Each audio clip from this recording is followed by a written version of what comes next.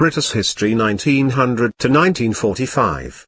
The 16th of October 1900. Conservatives are re-elected. The Conservatives, benefiting from British success in the Boer War, and from splits in the Liberal Party, were returned to power. Lord Salisbury remained as Prime Minister and became the last Premier to sit in the House of Lords. The 22nd of July 1901. The Taff Vale case leads to the birth of the Labour Party. The Taff Vale Railway Company successfully sued a trade union, the Amalgamated Society of Railway Servants, for the costs of industrial action taken by its members. The Labour Representative Committee, a socialist federation formed in 1900, convinced the trade unions that the political representation of Labour was now essential. This organisation later became the Labour Party. The 31st of May 1902. Treaty of Vereeniging ends the Second Boer War. The Treaty of Vereeniging confirmed British victory over the Boer republics after 3 years of war, and laid the foundations for the Union of South Africa. Notably, it still ignored the rights of the black population. The cost and conduct of the war prompted concerns that Britain was no longer fit for its imperial role. The 11th of July 1902, Arthur Balfour succeeds Lord Salisbury as Prime Minister. The Conservatives, led by the Marquis of Salisbury, dominated British politics after the Liberals split over the issue of Home Rule for Ireland in 1886. Salisbury's successor and nephew, Arthur Balfour, shared with his uncle an interest in foreign imperial policy. He was Premier for 2.5 years. September 1903, Lib-Lab Pact enables Labour to break into national politics. A secret pact was ratified between the Liberal Party and the Labour Representative Committee, which in certain constituencies allowed Labour a free run at elections, unimpeded by a Liberal candidate. In the long run, the pact may have done more to destroy the Liberal Party than preserve it. The 10th of October 1903, Women's Social and Political Union is formed to campaign for women's suffrage. The Women's Social and Political Union, WSPU, was founded by 6 women, of whom Emmeline and Christabel Pankhurst soon became the most prominent. Frustrated at the lack of progress on women's rights, their activities soon became more confrontational, and included prison hunger strikes. The 8th of April 1904, Entente Cordiale is signed between Britain and France. This agreement reconciled British and French imperial interests, particularly in Africa, but also marked the end of centuries of intermittent conflict and paved the way for future diplomatic and military cooperation. The two countries were united in their suspicion of Germany's ambitions. Germany, in turn, hoped to persuade Britain to abandon the alliance. The 31st of March 1905, Germany tests the Entente Cordiale by triggering a crisis in Morocco. Wilhelm II visited Tangier to demonstrate German opposition to France's assumption of suzerainty over Morocco, and to test the strength of the Anglo-French Entente, which the Germans expected to crumble. It did not, and Britain displayed its commitment to France by initiating military staff talks between the two countries in 1906. The 4th of December 1905, Liberals form a government under Henry Campbell Bannerman. In November, the Conservative Prime Minister Arthur Balfour tried to expose the divisions within the Liberal opposition by resigning, but his rival Henry Campbell Bannerman formed a Liberal government and then led it to a smashing success at the polls in January 1906. Armed with an overall majority, the Liberals embarked on a programme of social reform. The 10th of February 1906, Royal Navy launches the first Dreadnought-class battleship. HMS Dreadnought, the first of a new class of all big-gun battleships, was launched at Portsmouth. It was by far the most powerful battleship afloat, and raised the stakes in the Anglo-German naval arms race. The 31st of August 1907, Britain and Russia agree an entente on spheres of influence in Asia. The two countries agreed spheres of influence in Asia, so freeing Britain from its worries about a Russian invasion of India. But an agreement to resolve imperial disputes took on the appearance of a European pact. The Triple Alliance of Germany, Italy and Austria-Hungary, also known as the Central Powers, was faced by a triple entente of Britain, France and Russia, also known as the Entente Powers. The 8th of April 1908, Herbert Asquith becomes Liberal Prime Minister. Illness had forced Liberal Prime Minister Henry Campbell Bannerman to resign, and he was succeeded by Herbert Asquith. In his cabinet reshuffle, Asquith brought in Reginald McKenna and Winston Churchill, and appointed the radical David Lloyd George as Chancellor of the Exchequer. The 27th of April 1908 Olympic Games open at White City in London. The 1908 Games were originally to be held in Rome, but were reassigned to London at short notice and held at the purpose-built White City Stadium. Famously, the marathon ended in dramatic fashion when the race leader, Durando Biatri of Italy, was disqualified after he collapsed and had to be helped over the finishing line. Widely recognized as the best organized games to date, they featured 22 nations, 110 events and more than 2,000 athletes. The 27th of October 1908 Parliament approves old age pensions. New legislation gave a weekly means-tested pension of a maximum of 5 shillings to all those aged over 70. Only about 500,000 people received the pension, and thus the significance of the legislation lay as much in the fact that it established a principle as in its immediate benefits. The 29th of April 1909 Chancellor David Lloyd George introduces the People's Budget. The introduction of the new Dreadnought-class battleship and the subsequent naval arms race with Germany prompted David Lloyd George, the Chancellor of the Exchequer, to introduce a tax on land, to increase income tax, and to propose a super tax on incomes over £5,000 per annum.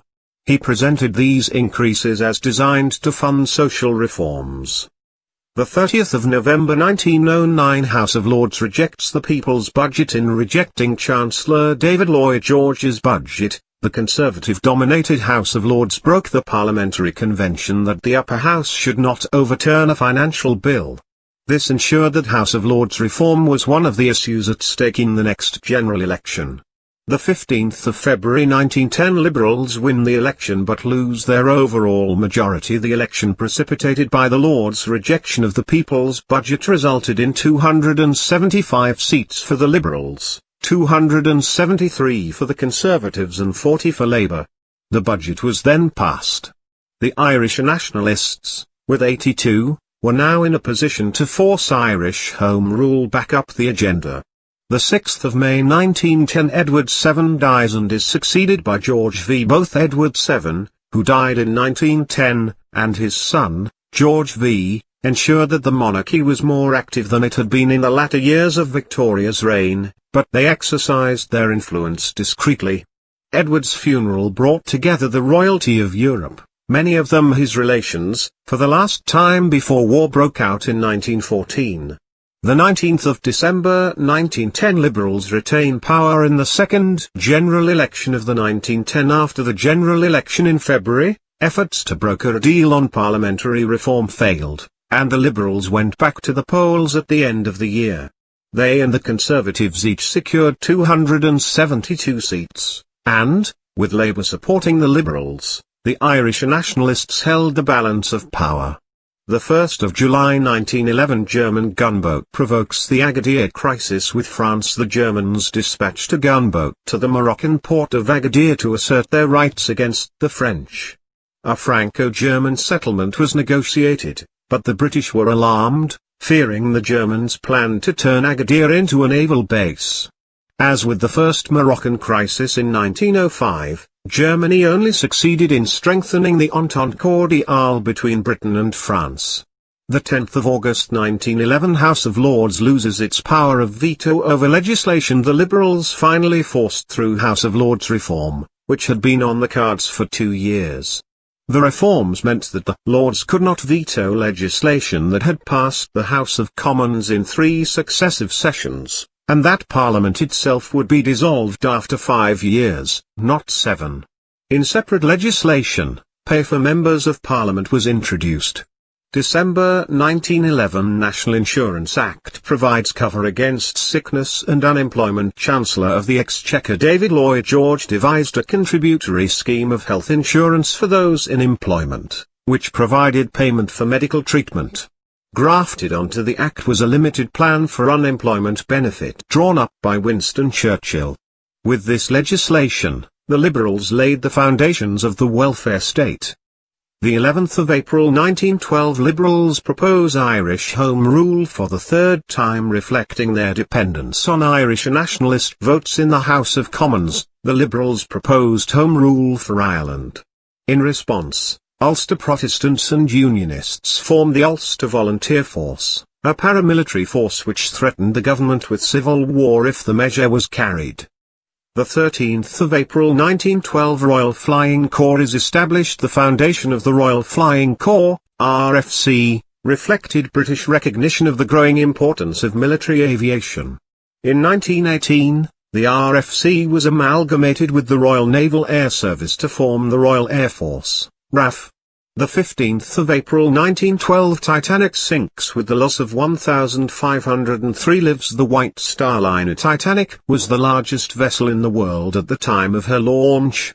Her builders and owners claimed that she was practically unsinkable, but on her maiden voyage from Southampton to New York she collided with an iceberg and sank within hours, with the loss of 1,503 lives. Titanic could carry over 3,500 people, but was equipped with only enough lifeboats to save 1,178, a fact that contributed to the massive loss of life. The 4th of June 1913 suffragette Emily Davison is killed by the King's horse. Emily Wilding Davison was severely injured when she threw herself in front of the King's horse at the Derby, and died in hospital a few days later.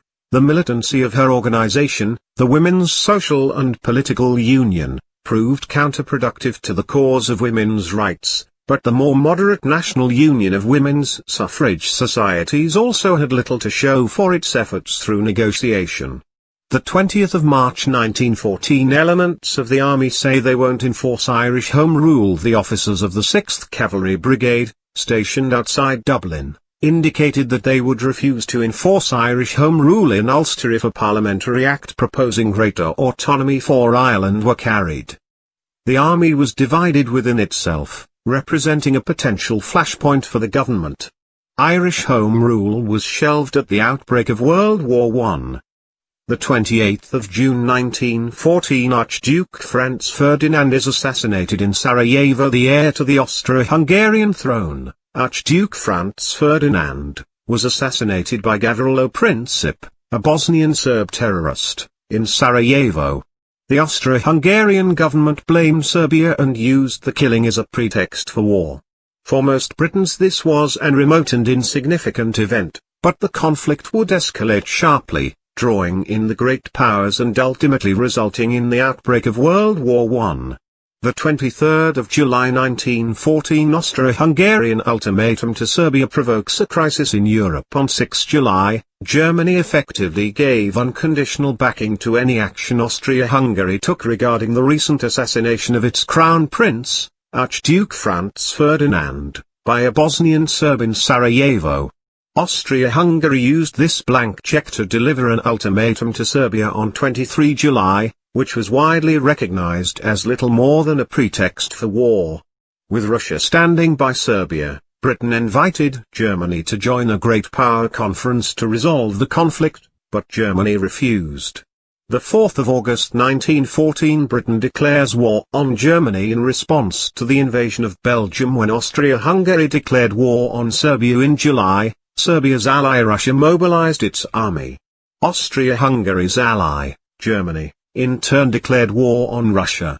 Russia's alliance with France now threatened Germany with war on two fronts. Germany acted to quickly neutralize France by a well-planned surprise invasion through neutral Belgium, the Schlieffen Plan. Britain, as guarantor of Belgian neutrality, told Germany to withdraw. The ultimatum expired on 4 August and Britain duly declared war. The 23rd of August 1914 British Expeditionary Force meets the German Army at Mons. A British Expeditionary Force, BEF, of over 100,000 men was sent to repel the German invasion of France. It retreated after an initial engagement close to the Belgian border at Mons, then took part in a successful counterattack on the River Marne in early September. This resistance by the Belgian and French forces frustrated Germany's Schlieffen plan for quickly neutralizing France. Already fighting Russia, Germany now faced a trench-based war of attrition on two fronts. The 31st of October 1914 First Battle of Ypres exhausts the British Army. For the British Army on the Western Front, the town of Ypres in Flanders was crucial, because it screened the Channel ports through which the army was supplied from Britain. The Germans tried unsuccessfully to break the line at Ypres in a battle which lasted until 22 November. British forces suffered 54,000 casualties. The 5th of November 1914 Britain declares war on the Ottoman Empire. Germany formed an alliance with the Ottoman Empire on the 2nd of August 1914, but the Turks resisted German pressure to enter the war until the end of October, when it shelled Russian ports on the Black Sea. Britain, France and Russia responded with declarations of war. The Ottoman Empire in turn declared a military jihad in November. The implications for Britain, with a vulnerable empire stretching across the Middle East to India and including a large Muslim population, were considerable. The 25th of April 1915 British and Allied troops land on the Gallipoli Peninsula. The failure of British naval efforts to break through the Dardanelles and so threaten Istanbul, the capital of the Ottoman Empire, led to a decision to land troops on the Gallipoli Peninsula. A combined force of British, New Zealand, Australian and French colonial troops were unable to break out of their beachheads, and the campaign ultimately ended in defeat, with all troops evacuated by the end of the year. The 7th of May 1915 Lusitania is sunk by a German submarine. The British passenger liner Lusitania was torpedoed by a German submarine and sank with the loss of 1,200 lives. Of those, 124 were American civilians, but despite strong pressure, U.S. President Woodrow Wilson declared that the United States was too proud to fight. The sinking aroused widespread anti-German feeling in Britain. The 25th of May 1915 Herbert Asquith forms a coalition government. Liberal Prime Minister Herbert Asquith formed a coalition government following the shell crisis, which was sparked press reports of shell shortages at the front. The principal beneficiaries of this coalition in terms of the top jobs remained the Liberals rather than the Conservatives. The 25th of September 1915 First British use of poison gas, at Loos, France. While the French attacked further south, the British struck at Loos, using chlorine gas for the first time in their initial attack. However, the wind was not favourable, and gains were limited. The battle continued until mid-October. The first use of poison gas in World War I was by the Germans on the 22nd of April 1915 during the opening engagements of the Second Battle of Ypres. The 27th of January 1916 conscription is introduced in Britain. In addition to raising a large army, Britain needed to allocate its manpower rationally between military service and wartime production to meet the demands of total war. Conscription enabled it to do both. Opposition to the measure in the House of Commons was limited, 36 votes to 383, but Parliament still acknowledged the rights of the individual in allowing conscientious objection. The 24th of April 1916 Irish rebels of the Easter Rising seized the post office in Dublin. Irish nationalists, supplied with German rifles, rebelled at Easter and seized key buildings in Dublin, including the post office where their final stand was made. Most of the population was unsupportive and the rebellion was crushed within a week.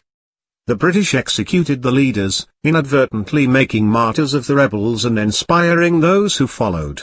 The 29th of April 1916 British garrison at Kut-el-Amara surrenders to the Turks. British troops invaded Mesopotamia, Iraq, then part of the Ottoman Empire, at the end of 1914. The rapid advance on Baghdad outstripped itself and the troops fell back to Kut-el-Amara, where they were encircled. Efforts to relieve the garrison failed and it surrendered. British prestige in the Middle East plummeted. The 31st of May 1916 Battle of Jutland results in a bruising British victory over the German fleet. The British Grand Fleet clashed with the German High Seas Fleet at Jutland in the North Sea, but the heavily outnumbered Germans managed to escape in the night. The British lost more ships than the Germans, but the German fleet was rendered unable to put to sea again, thereby ensuring British naval supremacy remained intact. The 1st of July 1916 Battle of the Somme begins with a British and French attack. The Allies planned a series of coordinated offensives for 1916. On the Western Front, the French and British attacked astride the River Somme, where their two armies met. On 1 July, the British Army suffered its worst casualties in a single day, 57,470 men, of whom nearly 20,000 were killed. The battle continued until the 18th of November 1916. The 15th of September 1916 tanks are used for the first time by the British at Fles, France. The static trench warfare of the Western Front prompted the British to develop a self-propelled vehicle that could cross barbed wire and trenches and protect those inside from enemy fire. The Mark I tank was first employed during the Battle of the Somme, at Fles-Courcelette, but it was not until November 1917 that they were employed in decisive numbers. Once problems with reliability were overcome, the British and French used their new weapon to considerable effect against the Germans. The 6th of December 1916 David Lloyd George becomes Prime Minister. Prime Minister Herbert Asquith opposed the creation of a smaller war committee to run the war effort on a daily basis. His Liberal colleague and Minister for Munitions David Lloyd George, with the support of the Conservatives, used the split to force Asquith out and replace him as Prime Minister. Lloyd George set up a war cabinet whose members were freed from other cabinet duties. The 18th of December 1916 General Douglas Haig assumes command of the British Expeditionary Force. Faith in the original Commander-in-Chief of the British Expeditionary Force, Sir John French, had been dwindling, not least owing to his belated release of the reserves in the Battle of Loos. Partly thanks to the intervention of George V., Sir Douglas Haig was appointed to succeed French. The 1st of February 1917 Germans declare unrestricted submarine warfare by sinking all merchant ships, regardless of nationality. The Germans hoped to starve the British into submission in 6 months. They failed, and the campaign prompted the United States, the principal neutral power, to declare war on Germany on the 6th of April 1917. The 31st of July 1917 General Douglas Haig launches the Third Battle of Ypres. The main British offensive for 1917 was designed to clear the German threat to the Channel ports and to break through to the Germans' own communications. The fighting continued until 18 November, ending on the ridge at Pas Kendal. By then, unusually heavy rains and the destruction of the landscape by heavy shelling had turned the ground to an impassable morass of mud. The 2nd of November 1917 Balfour Declaration gives British support to a Jewish homeland in Palestine. In a letter to a leading member of the British Jewish community, Foreign Secretary Arthur Balfour stated the British government's support for a Jewish national home in Palestine, the first such declaration by a world power. It is believed that similar promises were made to the Arabs prior to the publication of the Balfour Declaration in correspondence between Sir Arthur Henry McMahon, British High Commissioner in Egypt, and the Hashemite Hussein ibn Ali, the Sharif of Mecca.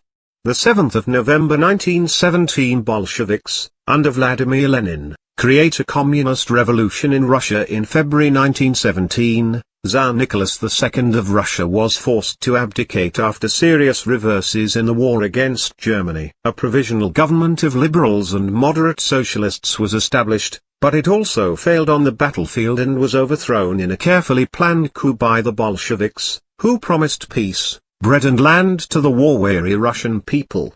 Inspired by the writings of Karl Marx, the Bolsheviks established a government based on the Soviet Governing Council.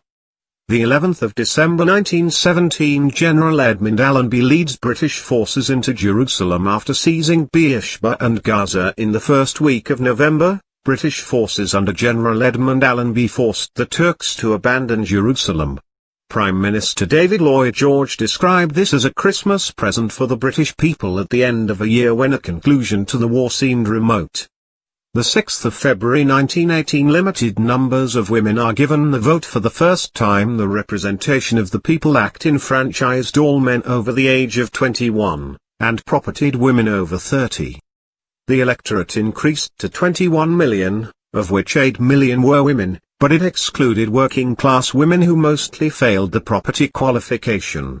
The 3rd of March 1918 Treaty of Brest-Litovsk takes Russia out of World War I. Seeking peace at virtually any cost, the new communist Russian government under Bolshevik leader Vladimir Lenin signed the Treaty of Brest-Litovsk with the Central Powers, Germany, Austria-Hungary and the Ottoman Empire. The terms were humiliating. Russia handed over massive swathes of territory, constituting a third of its population, 50% of its industry and 90% of its coal mines. Opposition to the treaty helped ignite the Russian Civil War, which lasted until 1922.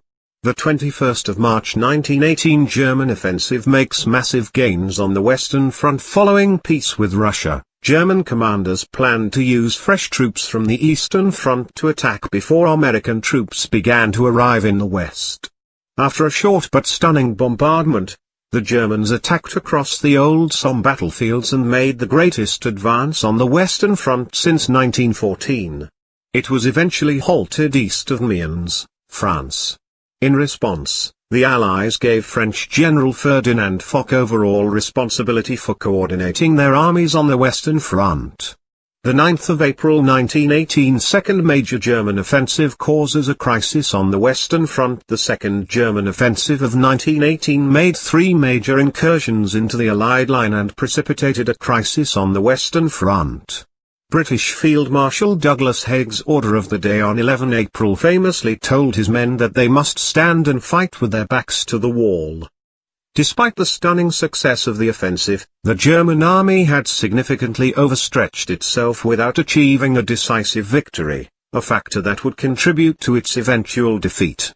May 1918 Massive flu epidemic reaches Britain. The 1918–1919 Spanish flu epidemic killed more than 200,000 people in Britain and up to 50 million worldwide.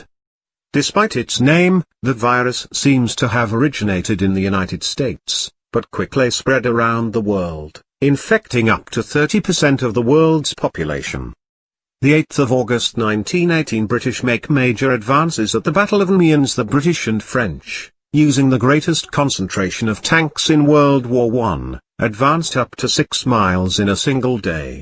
So many German soldiers were forced to surrender that their Commander-in-Chief General Erich Ludendorff called it the Black Day of the German Army.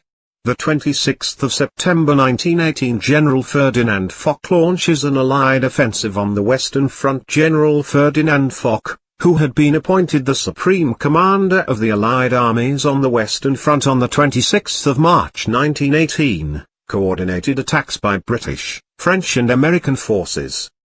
The British broke through the principal German fortified defences, the formidable Hindenburg Line, on the following day, and the advance continued unabated into October 1918. The 26th of October 1918 Turkey opens armistice talks with Britain with the Ottoman army in retreat on 3 of its 4 fronts. In Bulgaria, Syria and Iraq, the Turks opened negotiations to surrender. Unlike the negotiations with the other enemy powers, these were bilateral talks between the British and the Turks, with no French or Russian involvement. The 11th of November 1918 World War I ends when Germany signs an armistice. By September 1918, Germany was exhausted and saw no prospect of victory. The Allies' terms became progressively harsher as they pressed their advantage on the Western Front, both to ensure the removal of Kaiser Wilhelm II as head of state and to guard against the future renewal of hostilities by Germany. Despite onerous terms, Germany eventually capitulated and signed an armistice that brought the fighting on the Western Front to a halt at 11 a.m. on the 11th of November 1918. The 14th of December 1918 David Lloyd George's coalition wins the post-war election. This was the first election in which women voted. The results were Conservative and Coalition Liberals 509, Labour 72, Independent Liberals, former Liberal Prime Minister Herbert Asquith's followers, 36, others 27. Although 73 members of Sinn Féin were elected, who included among their number Britain's first woman Member of Parliament Countess Constance Markievicz, they refused to take their seats. The 13th of January 1919 Sir Satyendra Brahmacharya becomes the first Indian peer, a distinguished lawyer who had been a member of the Governor-General's Council in India. Sir Satyendra Brahmacharya had been knighted in 1914 for his services to the British government. In 1919, he advised on the Government of India Act. He became Baron Sina of Raipur. The 18th of January 1919 Paris Peace Conference, to draw up treaties to end World War I, opens. 70 delegates representing the 32 Allied and associated powers met to decide on peace treaties following the end of World War I. In reality, the treaties were mainly the work of the British, French, Italian and US leaders. One of the treaties prepared at the conference, the Treaty of Versailles, imposed harsh reparations on Germany, and is widely considered to have contributed to the eventual outbreak of World War II. The 21st of January 1919 Sinn Féin sets up its own parliament, the Dáil Éireann, in Dublin. The harsh British reaction to the 1916 Easter Rising allowed Sinn Féin and the revolutionaries to triumph over the moderate Home Rulers in the 1918 election. The Sinn Féin members of Parliament, having refused to take their seats in the British House of Commons, announced that they constituted an independent Irish Parliament called the Dáil Éireann.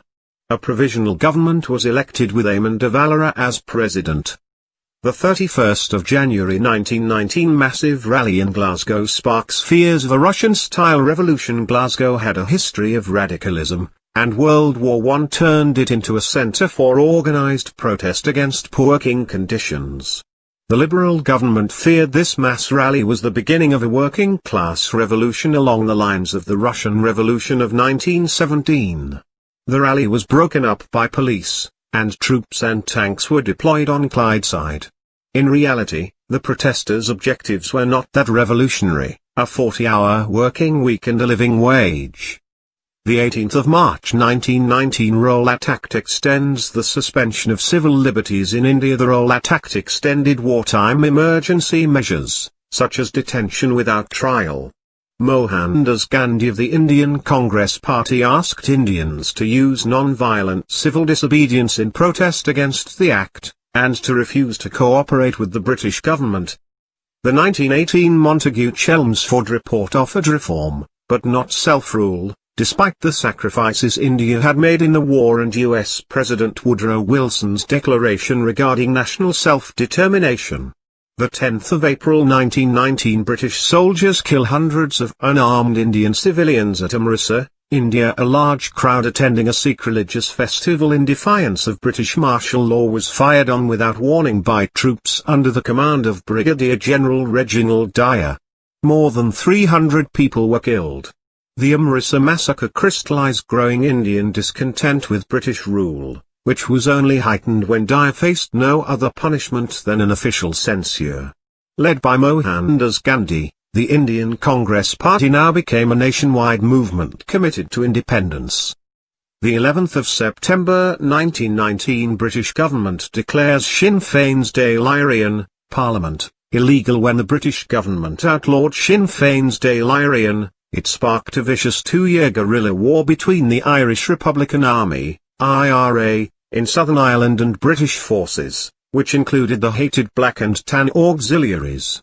With the IRA unable to deliver a decisive victory, and the British government increasingly worried about rising casualties and international criticism over its conduct of the war, a truce was called in July 1921. The 12th of October 1919 British troops are withdrawn from the civil war in Russia. In 1918, a British force had been sent to Archangel in Russia to prevent Allied stores falling into Bolshevik or German hands and to take pressure off the Western Front after the Treaty of Brest-Litovsk had taken Russia out of World War I. The evacuation of Murmansk in 1919, and the evacuation of Archangel 2 weeks previously, ended the British attempt to intervene on the anti-Bolshevik, White Russian, side in the civil war in northern Russia. The 1st of December 1919, Lady Astor becomes the first woman to take her seat in Parliament. American-born Nancy Astor was not the first British woman Member of Parliament, MP, but she was the first one to take her seat. Constance Markievicz became the first woman MP in 1918, but as a member of Sinn Féin she had refused to take her seat. The 23rd of December 1919 Government of India Act fails to meet demands for greater independence. The Government of India Act further angered Indians already disillusioned by the Rowlatt Act and the Amritsar massacre. The Act created a bicameral parliament, with power shared between British and Indian politicians, the so-called diarchy, but the most important ministries were held by Britons. More reforms were to be discussed in 10 years. The Congress Party responded with strikes and boycotts of British goods. This was declared illegal and Congress leader Mohandas Gandhi was imprisoned. The 23rd of December 1919 exclusion of women from many jobs is made illegal. The Sex Disqualification Removal Act made it illegal for women to be excluded from most jobs, and allowed them to hold judicial office and enter the professions. Women could now become magistrates, solicitors and barristers. 1920 Women at Oxford University are allowed to receive degrees. Academic halls for women were first established at Oxford in the 19th century, but although women had been able to attend degree-level courses, they could not receive degrees until 1920. The 25th of April 1920 Britain is given mandates for Mesopotamia and Palestine. The mandate system was conceived by U.S. President Woodrow Wilson. France and Britain were commanded to govern their mandates in the interests of their inhabitants, until these territories were ready to be admitted to the League of Nations. The British took over 2 areas that had previously formed part of the now-defunct Ottoman Empire.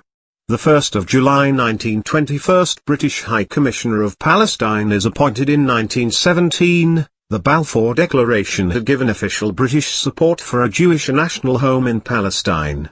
The territory's new High Commissioner, former Home Secretary Sir Herbert Samuel, was Jewish, but he was determined to deal even-handedly with the Palestinian Arabs and the increasing numbers of Jewish immigrants. In May 1921, Arab unrest caused Samuel to halt Jewish immigration. July 1921 Unemployment reaches a post-war high of 2.5 million. Prime Minister David Lloyd George had promised a land fit for heroes following World War I. But after a short post-war boom, demobilized soldiers found it increasingly difficult to get work. Deprivation was widespread and industrial relations deteriorated. War debts to the United States and non-payment of European allies' war debts meant the government could not pay for many planned reforms. The 1922 Geddes report recommended heavy cuts in education, public health and workers' benefits. The 23rd of August 1921 British Mandate of Mesopotamia becomes the Kingdom of Iraq. The 3 former Ottoman provinces of Baghdad, Basra and Mosul, named Iraq by the British, were in a state of revolt. In an effort to quell the unrest, Emir Faisal was made king and administrator of the country. King Faisal was a member of the Hashemite family, who had been important British allies against the Ottoman Empire.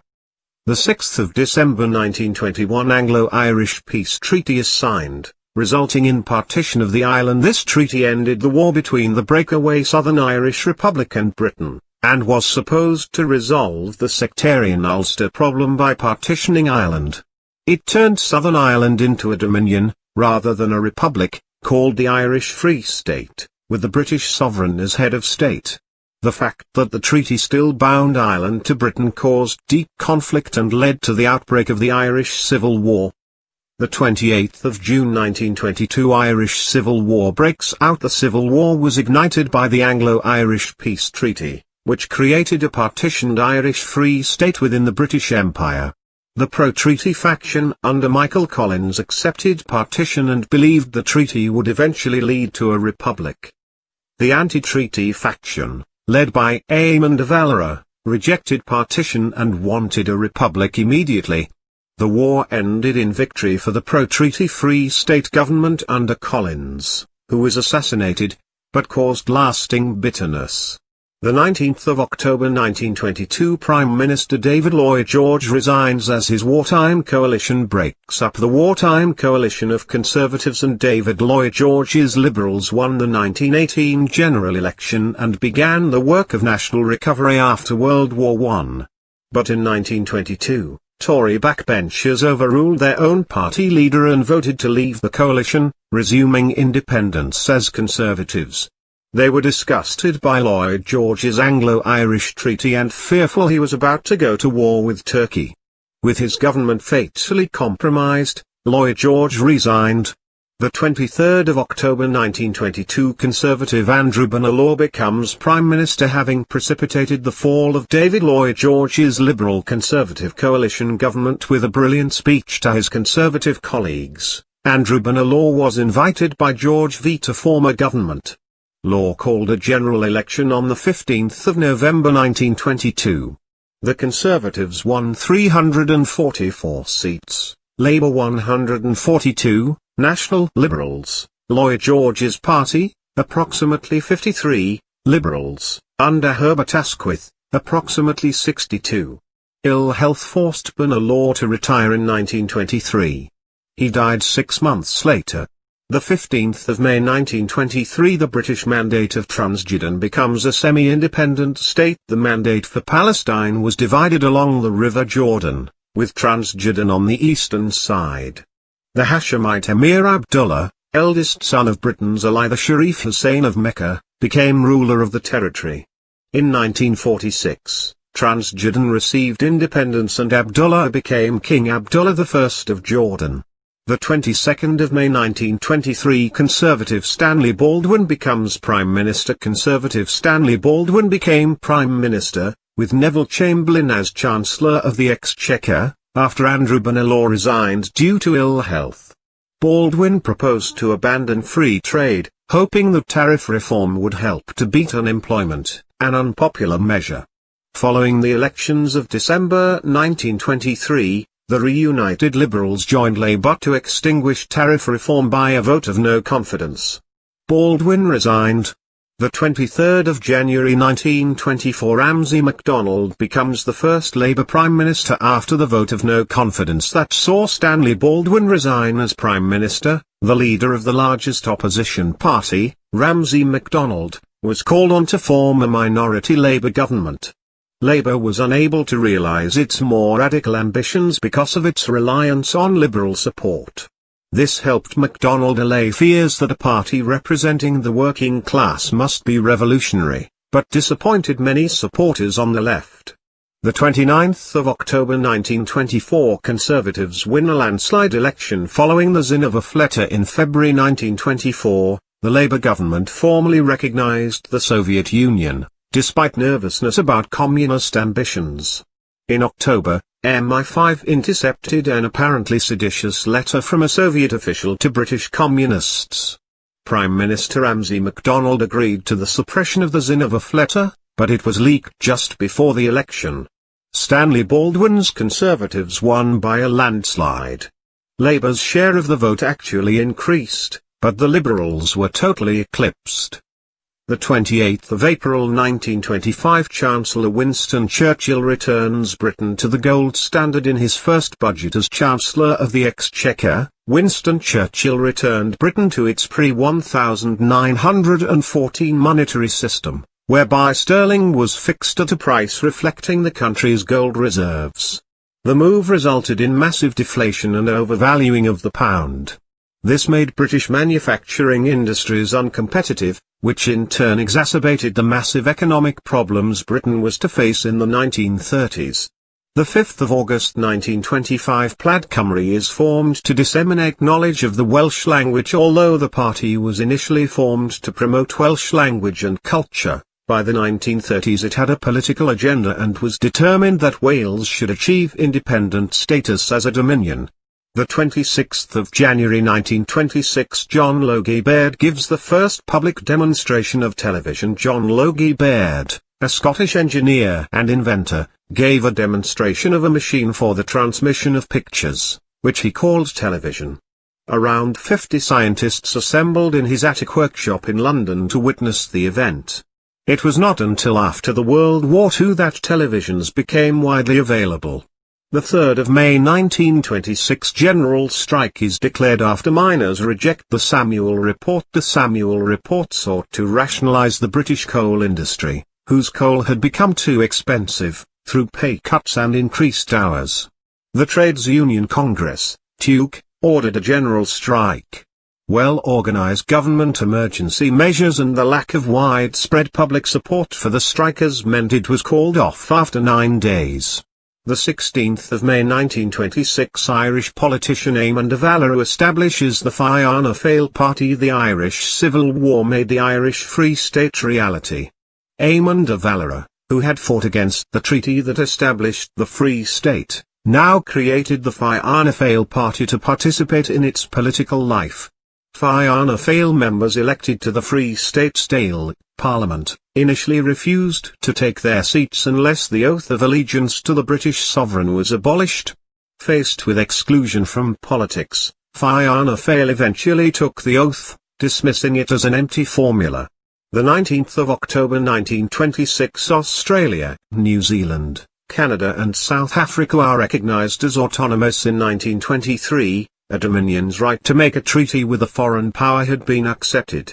The Imperial Conference in London went further towards legally defining a Dominion by recognising that the Dominions, Canada, Australia, New Zealand and South Africa, were autonomous and equal in status, a decision that was later affirmed by the 1931 Statute of Westminster. The 1st of January 1927 British Broadcasting Corporation, BBC, is created. A group of radio manufacturers, including radio pioneer Guglielmo Marconi, set up the British Broadcasting Company in 1922.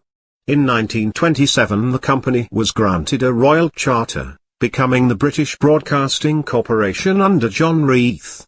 Reith's mission was improve Britain through broadcasting, and he famously instructed the corporation to inform, educate and entertain.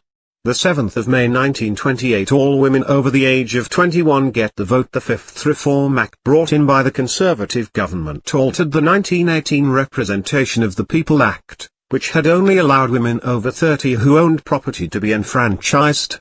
The new act gave women the vote on the same terms as men.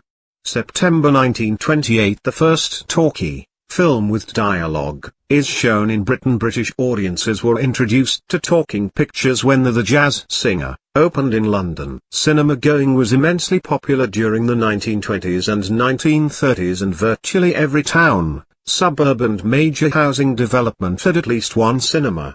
There was often a double bill of a main and B feature, supported by a newsreel.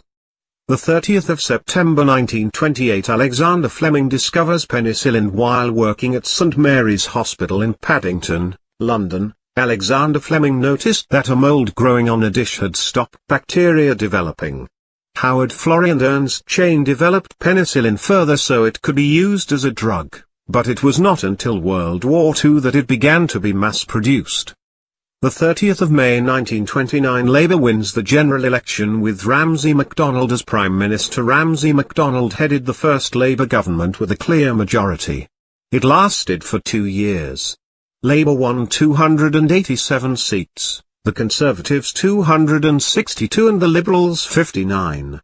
MacDonald's administration coincided with the Great Depression, a global economic slump triggered by the Wall Street crash. Unemployment jumped by 1 million in 1930, and in some industrial towns reached 75%. The 24th of October 1929 Wall Street crash sparks the Great Depression. The crash of the American Wall Street financial markets in 1929 crippled the economies of the US and Europe, resulting in the Great Depression. In Britain, unemployment had peaked just below 3 million by 1932. It was only with rearmament in the period immediately before the outbreak of World War II that the worst of the Depression could be said to be over. The 21st of January 1930 London Conference on Naval Disarmament starts. A powerful disarmament movement reached the peak of its activities in the 1930s. Ramsay MacDonald, a committed internationalist and pacifist, was an enthusiastic believer that the League of Nations could make the world disarm through dialogue. But in 1931, Japan seized Manchuria and pulled out of the League. The rise of militarist regimes across Europe meant that by 1933 the idea of collective security was looking increasingly unworkable. The 12th of March 1930, Mohandas Gandhi leads a march to the sea in protest against the Indian salt monopoly. Mohandas Gandhi defied the British government, which had a monopoly on salt making, by leading a 400 kilometers march to the sea to make his own salt. 5 million Indians copied him in defiance of the government. Gandhi was imprisoned from 1930–1931, as were approximately 60,000 others. The 24th of June 1930 Simon Report proposes representative government for India. In 1927, a parliamentary commission headed by Sir John Simon was sent to India to investigate grievances and make recommendations on the future of the country. Notably, the commission did not have any Indian members. Although the commission recommended representative government in the provinces, provincial assemblies, it advised that power should remain with the British Viceroy. The Indian National Congress, which wanted Dominion status granted immediately, organized huge demonstrations. The 12th of November 1930 Round Table Conference on India opens in London. 3 of these conferences took place from 1930–1933, the last of which failed to include any Indian members. The collapse of the Round Table talks led to further mass non-cooperation in India. A new Government of India Act was passed in 1935, granting Indians an elected assembly and extending the powers of the 11 provincial assemblies. The 4th of March 1931 Mohandas Gandhi agrees to suspend civil disobedience in India with popular protests causing significant problems. The Viceroy of India, Lord Irwin, agreed the Delhi Pact, under which political prisoners would be released in return for suspension of the civil disobedience movement. In the same year, Mohandas Gandhi attended a round-table conference as the sole representative of the Indian National Congress, Incorporated.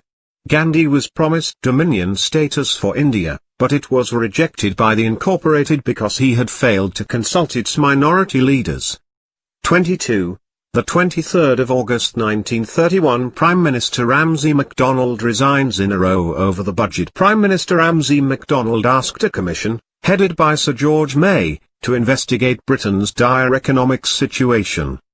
The May Committee recommended slashing government expenditure, including unemployment benefit. MacDonald agreed, but the measures were voted down by his cabinet colleagues. He offered his resignation to the King, George V, but was instead persuaded to lead a national government coalition, which included Conservatives and Liberals, but only 3 Labour ministers. The 27th of October 1931 National Government Coalition wins the election, but Labour support plummets. Prime Minister Ramsay MacDonald called a general election to seek legitimacy for his national government coalition. He was returned to power with 556 pro-national government MPs, of which 471 were Conservatives. The Labour Party expelled MacDonald for what was perceived as treachery. The new national government forced through the measures that MacDonald's Labour colleagues had vehemently opposed. The 16th of February 1932 Eamon de Valera's Fianna Fáil party wins the Irish general election. Once the champion of armed opposition to the Irish Free State, Eamon de Valera now rose to lead it with this general election victory. After a second general election win in 1933, de Valera began unilaterally dismantling the Irish Free State's relationship with Britain. A trade war began after Fianna Fáil reneged on a £100 million loan from the British government. The 1st of October 1932 Oswald Mosley founds the British Union of Fascists. Oswald Mosley, formerly a Conservative and then Labour Member of Parliament, modelled his party along Italian fascist lines.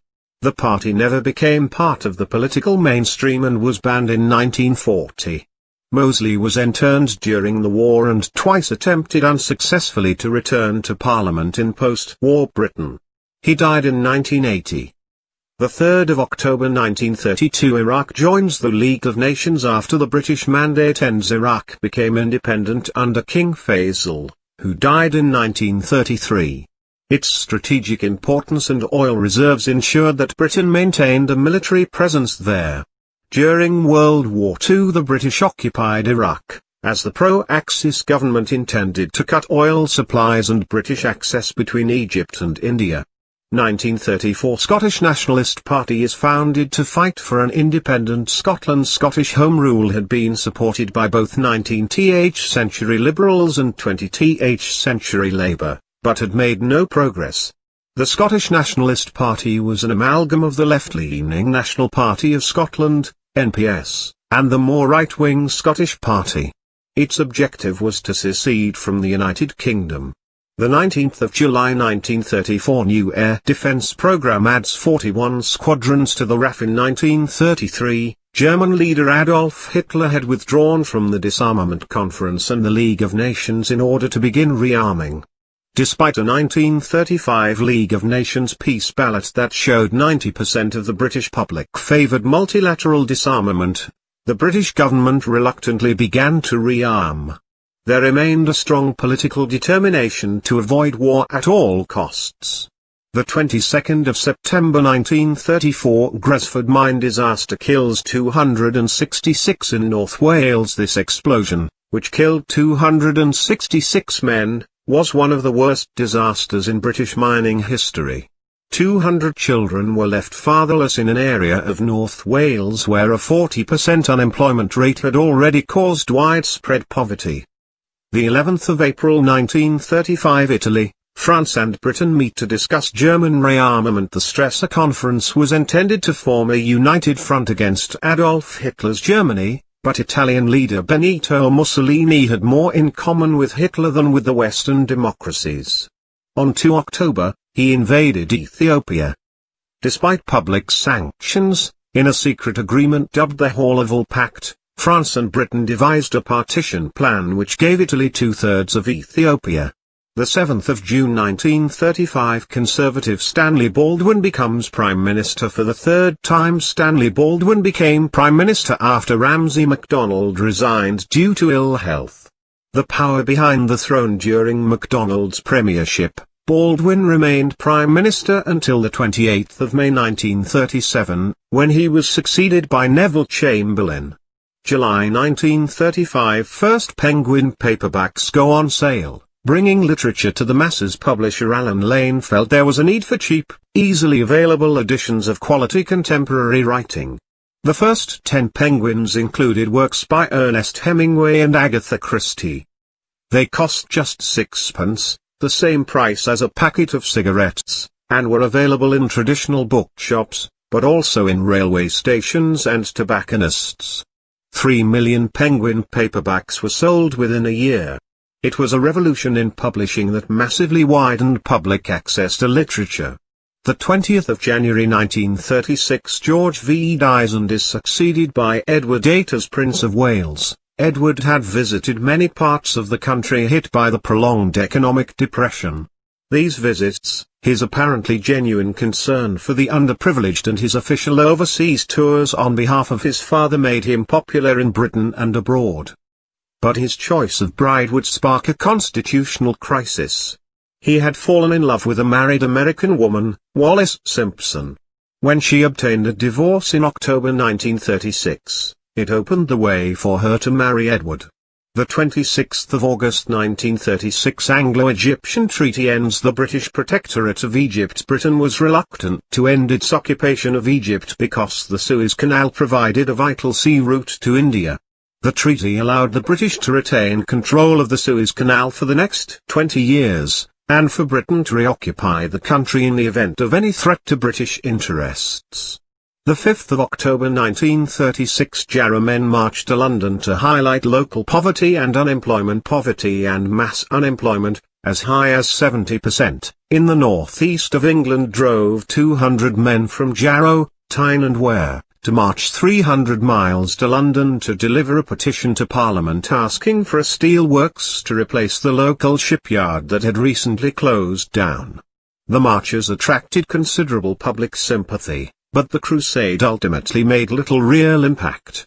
In heavy industry areas like the Northeast the depression continued until the rearmament boom of World War II. The 10th of December 1936, Edward VIII abdicates in order to marry Wallis Simpson. Edward VIII wished to marry American Wallis Simpson. Prime Minister Stanley Baldwin advised him that the British people would not accept her because she was a divorcee. Faced with losing the woman he loved, Edward chose instead to abdicate. On 11 December, he broadcast his decision to the nation. He married Wallis Simpson in France in June 1937. They became the Duke and Duchess of Windsor. Baldwin was widely credited with averting a constitutional crisis that could have ended the monarchy.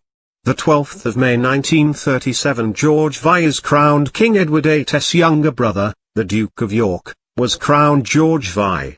He and his wife Queen Elizabeth, later the Queen Mother, became inspirational figures for Britain during World War II. The monarch visited his armies on several battlefronts and founded the George Cross for acts of the greatest heroism or of the most conspicuous courage in circumstances of extreme danger. The 7th of July 1937 Peel Commission recommends partitioning Palestine. The idea of partitioning Palestine between its Arab and Jewish inhabitants was rejected by both sides, and by January 1938 a new report had been commissioned. In 1939, a government white paper recommended that the final number of Jewish immigrants should be limited to 75,000, and Palestine should become independent under majority Arab rule. The outbreak of World War II put the issue on hold. The 29th of December 1937 new constitution makes Ireland a republic in all but name, with the British government distracted by the constitutional crisis of Edward VIII's abdication. Irish Free State leader Eamon de Valera seized the opportunity to draw up a new constitution for Ireland that omitted any references to its place within the British Empire. In addition to making Ireland a de facto republic, the constitution laid claim to the whole of Ireland, including Ulster. De Valera became the Taoiseach, the equivalent of Prime Minister. The 12th of February 1938 first refugee children of the Kinder transport arrive in Britain. A total of 10,000 Jewish children between the ages of 5 and 17 were sent from Germany, Austria and Czechoslovakia to Britain between December 1938 and the outbreak of war in September 1939. Many were given homes by British families, or lived in hostels. Very few of them saw their parents again. The 20th of February 1938 Foreign Secretary Anthony Eden resigns over the appeasement of Italy. With overt militarism on the rise across Europe, Britain persisted with its policy of appeasement, making concessions to avoid provoking a wider-scale war. Notably, Britain had not intervened in the brutal Spanish Civil War in order to avoid antagonizing Italy. The decision of Prime Minister Neville Chamberlain to recognize the King of Italy as Emperor of Ethiopia following the Italians' unprovoked invasion was a concession too far for Foreign Secretary Anthony Eden, who resigned. The 12th of March 1938 Germany occupies and then annexes Austria in the Anschluss. The union of Austria and Germany was forbidden by the Treaty of Versailles. The treaty was deeply resented by both countries for its allocation of war guilt and imposition of heavy reparations. When the German army marched into Austria in March 1938, they were welcomed by cheering crowds of Austrians. 28. The 30th of September 1938 Munich Agreement cedes the Sudetenland to Germany. The Munich Conference between Britain's Neville Chamberlain, Germany's Adolf Hitler, Italy's Benito Mussolini and Edouard Daladier of France agreed that the Czechoslovakian territory of the Sudetenland and its 3 million ethnic Germans should be joined with Germany. Chamberlain returned to Britain claiming he had achieved peace in our time. In fact, it would come to be a clear demonstration that appeasement did not work, as by March 1939 Hitler had seized the rest of Czechoslovakia. The 31st of March 1939 Britain guarantees territorial integrity of Poland. This guarantee formally ended the policy of appeasement, and the British government reluctantly began to prepare for war. Conscription was introduced for the first time in peacetime on 27 April, with little protest. On 23 August, the German-Soviet Non-Aggression Pact put paid to British hopes of a Russian ally. Prime Minister Neville Chamberlain warned Adolf Hitler that Britain would support Poland if it was attacked by Germany. The 3rd of September 1939, Britain declares war on Germany in response to the invasion of Poland. On 1 September, German forces invaded Poland. Prime Minister Neville Chamberlain still hoped to avoid declaring war on Germany, but a threatened revolt in the cabinet and strong public feeling that Hitler should be confronted forced him to honor the Anglo-Polish Treaty. Britain was at war with Germany for the second time in 25 years. The 9th of April 1940, Germany mounts surprise invasions of Norway and Denmark. Germany invaded neighboring Denmark on 7 April, and the Danes surrendered after 2 days. Denmark provided a land route to neutral Norway, which was invaded on 9 April. The small Norwegian army mounted fierce resistance, with the help of 12,000 British and French troops. The campaign in Norway ended when the German invasion of France and the Low Countries changed the focus of the war. The Allies were forced to evacuate. The 10th of May 1940, Winston Churchill becomes Prime Minister of the coalition government following the disastrous Norwegian campaign. Prime Minister Neville Chamberlain faced heavy criticism at home. By early May, Chamberlain had lost the confidence of the House of Commons. Labour ministers refused to serve in a national coalition with Chamberlain as leader, so he resigned. Churchill became Prime Minister on 10 May, the same day Germany invaded Holland and Belgium.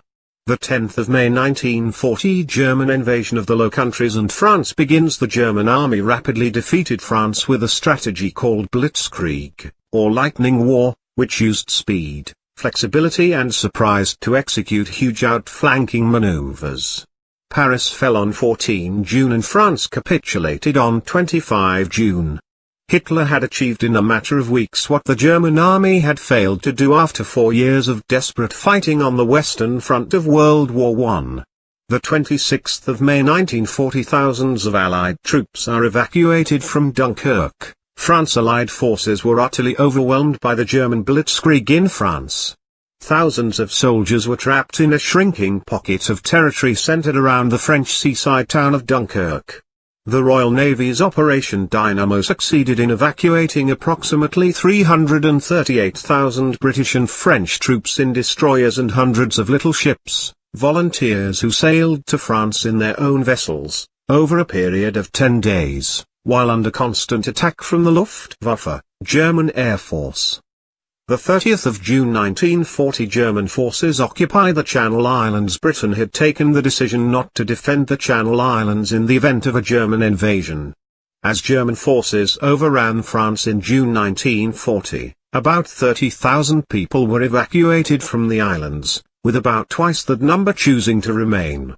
Jersey and Guernsey were bombed on 28 June with the loss of 44 lives. The German occupation began 2 days later. The Channel Islands were the only part of the British Isles to be occupied during the war. The 3rd of July 1940, French fleet in North Africa is destroyed by the Royal Navy. The attack on the French fleet at the Algerian port of Mers el Kebir left almost 1,300 Frenchmen dead and the fleet immobilized. Prime Minister Winston Churchill personally ordered the fleet destroyed if it refused to fight alongside British, following France's capitulation to the Germans.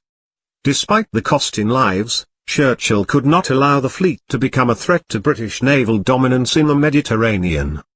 The 13th of August 1940 Battle of Britain begins with heavy raids by the German Luftwaffe. In July 1940, German leader Adolf Hitler ordered preparations for Operation Sea Alien, the invasion of Britain. The Luftwaffe, German Air Force, first had to destroy the Royal Air Force. Vastly outnumbered, the RAF nonetheless consistently inflicted heavy losses on the German squadrons, thanks to excellent aircraft, determined pilots and radar technology. On 17 September, 2 days after the Luftwaffe sustained its heaviest single day of losses, Hitler postponed the invasion. The 2nd of September 1940 Destroyers for Bases Agreement gives Britain 50 U.S. destroyers in September 1940. U.S. President Franklin Roosevelt signed an agreement to give Britain 50 obsolete American destroyers in exchange for the use of naval and air bases in 8 British possessions. The lease was guaranteed for the duration of 99 years free from all rent and charges. Nonetheless, the U.S. showed no sign yet of entering the war on the Allied side, as many in Britain hoped they would.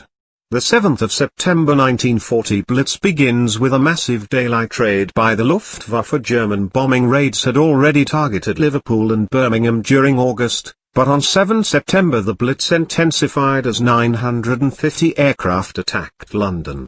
It was the start of 57 consecutive nights of heavy bombing. The raid caused some 300 civilian deaths and a further 1,300 serious injuries. By the end of the Blitz, around 30,000 Londoners had been killed with another 50,000 injured. The 15th of April 1941 1,000 people are killed in the Belfast Blitz. No city, save London, suffered more loss of life in one night raid than Belfast, after 180 German bombers attacked the city. At the height of the raid an appeal was sent to the Irish leader Eamon de Valera, who sent fire engines to help fight the fires raging in the city. The 20th of May 1941 German troops invade Crete, driving the Allies out of the eastern Mediterranean. German and Italian troops had overrun Greece in 3 weeks, starting on 6 April. Commonwealth troops were rushed from Egypt to help the Greek resistance, but had to be evacuated. Many were sent to Crete in an effort to prevent the Axis powers dominating the eastern Mediterranean. Crete was attacked by the Germans on 20 May, and the Allied forces there were defeated and evacuated by the end of the month. The 24th of May 1941 HMS Hood sunk by the German battleship Bismarck. The British battle cruiser Hood was sunk during the Battle of Denmark Strait, probably by a single shell from the German battleship Bismarck. The ship sank so quickly that only 3 of the 1,418-man crew survived. Hood was a well-known symbol of British imperial power, and its loss was a significant psychological blow to Britain. The Bismarck was itself sunk by the Royal Navy on the 27th of May 1941. The 12th of August 1941 Anglo-American alliance is sealed with the Atlantic Charter. The Atlantic Charter, agreed by British Prime Minister Winston Churchill and US President Franklin Roosevelt, set out the principles that would shape the struggle against German aggression. It was drawn up during a secret meeting aboard the USS Augusta, off the coast of Newfoundland, Canada. The charter was supported by 26 countries, including the Soviet Union, and after the war formed the basis of the United Nations Declaration. America entered the war 4 months later. The 26th of January 1942 first American troops arrive in Europe, landing in Belfast. America entered the war on the Allied side in December 1941, after the Japanese attack on Pearl Harbor and subsequent German declaration of war on the United States. Millions of men and thousands of planes and tanks were deployed to Britain, which became a base for American airmen flying bombing raids over Europe, a staging post for American troops on their way to fight in North Africa, and crucially the launching point for the D-Day invasions that began the liberation of Western Europe. The 15th of February 1942 British colony of Singapore surrenders to Japanese forces. This catastrophic defeat was a fatal blow to British prestige and signaled the fall of the empire in the Far East. The Japanese unexpectedly attacked down the Malay Peninsula instead of from the sea, where Singapore's defences were concentrated. About 70,000 men were taken prisoner, many of whom would not survive the war due to the brutal conditions of their incarceration. The 11th of March 1942 Sir Stafford Cripps goes to India to offer post-war self-government. Sir Richard Stafford Cripps was sent to India in March 1942 to win the cooperation of Indian political groups. The Japanese had occupied Burma, and were at the border of India. Stafford Cripps effectively offered post-war independence, which Mohandas Gandhi described as a post-dated check on a crashing bank. The Indian National Congress insisted on immediate independence, which Stafford Cripps refused. Gandhi launched a last civil disobedience campaign, for which he was imprisoned. The 30th of May 1942 start of the RAF's 1000 bomber raids on German cities. Air Marshal Arthur Harris took command of the Royal Air Force's bomber force in February 1942. He wanted to demonstrate the effectiveness of bomber command with massive, concentrated raids, area bombing, on key German cities. The first 1000 bomber raid was on Cologne, with a second, 2 nights later, on Essen. A third raid, this time on Bremen, took place on 25 June. The raids caused massive destruction, particularly in Cologne. The 19th of August 1942 Dieppe raid ends in disaster for the Allies. The Allied attack on the German-occupied port of Dieppe, on the northern French coast, had a variety of purposes. It would raise morale at a time when the war was going badly. It would show the Soviets that the Western Allies could open a second front, and it would teach valuable lessons for the eventual full-scale invasion of Europe. It was a disaster. Of the 6,000 mainly Canadian troops who made it ashore, more than 4,000 were killed, wounded or taken prisoner. 23 October, the 4th of November 1942 decisive British victory over German forces at Battle of El Alamein, Egypt. General Claude Auchinleck had stopped the Axis forces, mainly German and Italian troops, during the First Battle of El Alamein in early July 1942, but the Allied position was still precarious. When General Bernard Montgomery took command of 8th Army, he built up its strength to a level of superiority before smashing the Axis forces in a carefully coordinated assault, driving them all the way back to Tunisia. By May 1943, the Axis had been completely cleared out of North Africa. November 1942 Beveridge Report lays the foundations for the welfare state. Sir William Beveridge's report gave a summary of principles aimed at banishing poverty from Britain, including a system of social security that would be operated by the government, and would come into effect when war ended.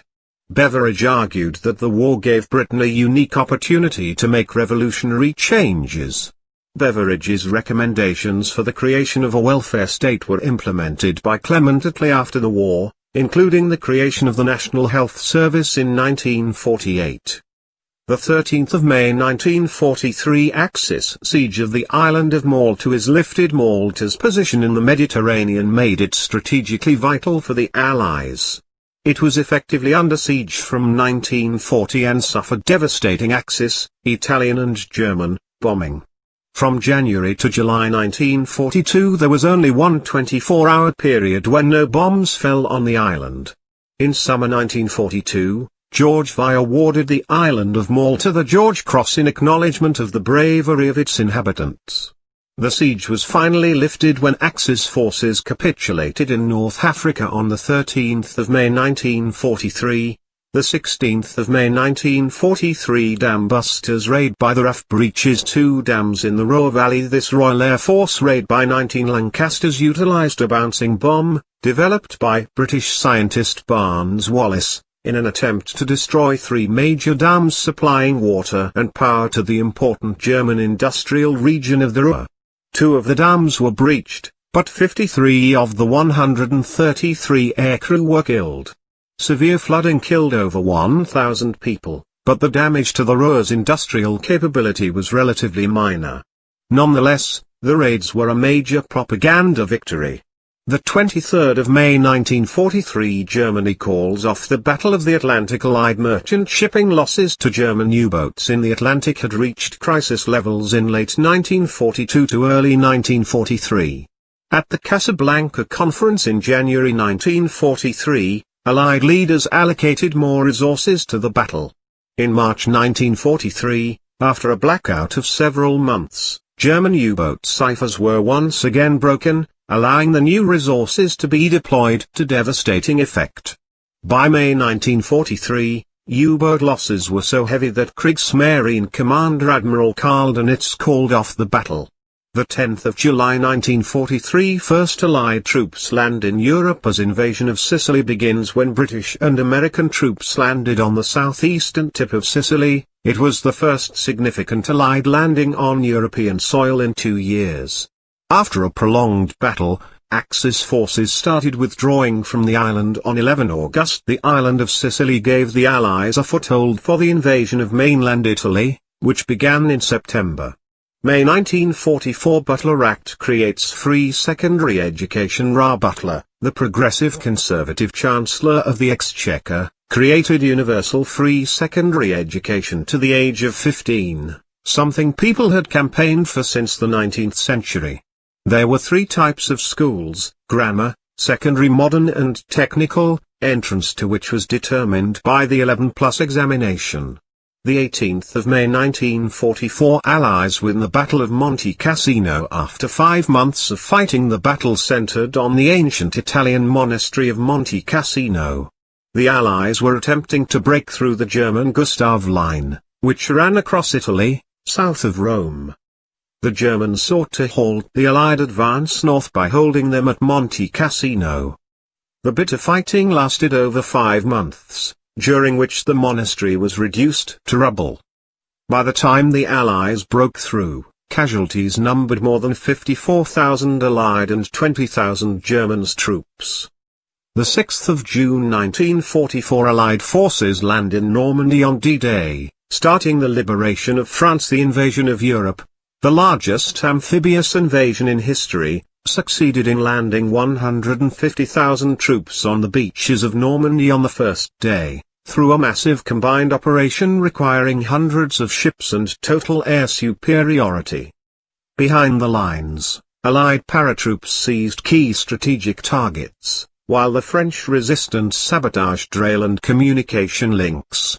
By the end of D-Day, 5 beachheads were secured, and the Allies had a foothold in France. The 22nd of June 1944 Allies defeat the Japanese at the battles of Imphal and Kohima. Since the start of the Burma campaign in 1941, Allied forces had done little but retreat to the point that Japanese forces stood ready to invade northeast India. When the command of 14th Army passed to Lieutenant General William Slim, he imbued it with a new fighting spirit and developed a strategy of air support that allowed besieged positions to hold out against Japanese assault. He used Kohima and Imphal to break the Japanese in Burma, and by June 1945, 14th Army had retaken Rangoon.